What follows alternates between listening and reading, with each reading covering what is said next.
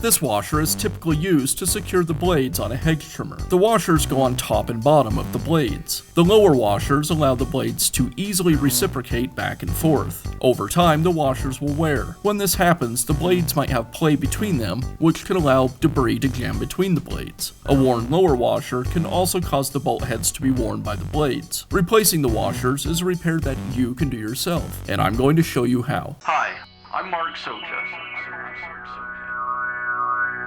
Do-it-yourself repairs like these are easier than you might think. From lawn machines to cordless drills, kitchen mixers, Outdoor grills. our how-to videos walk you through each repair from start to finish. So doing it yourself means never having to do it alone. Let's get started.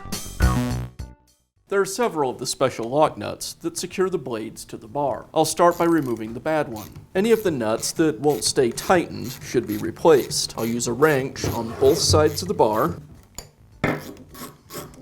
With the bolt and nut removed, the washers will come free. Now I can install the new washer. Typically, the washers on the bottom side of the bar are the ones that will wear out. I'll place the new washer on the bolt, insert the bolt back through the bar, thread it into place. And I just want the bolt to be hand tight against the lower blade. Now install the upper washer, and now I can install the new lock nut. I'll thread it in place, just hand tight first. Now I'll tension the nut. I'll use a wrench on the underside of the blades to hold the bolt stationary, and I'll use a socket wrench on the nut to tighten it up. Tightening the nut is somewhat of a trial and error process. Too loose and the blades will chatter. Too tight, they'll bind up or not move at all. So I'll work through each of the nuts one at a time, test, and adjust the nut as needed. And now you know how to install a new blade washer on your hedge trimmer. Be sure to check back often for new videos and expert advice. If you found this video helpful, give us a thumbs up And leave a comment.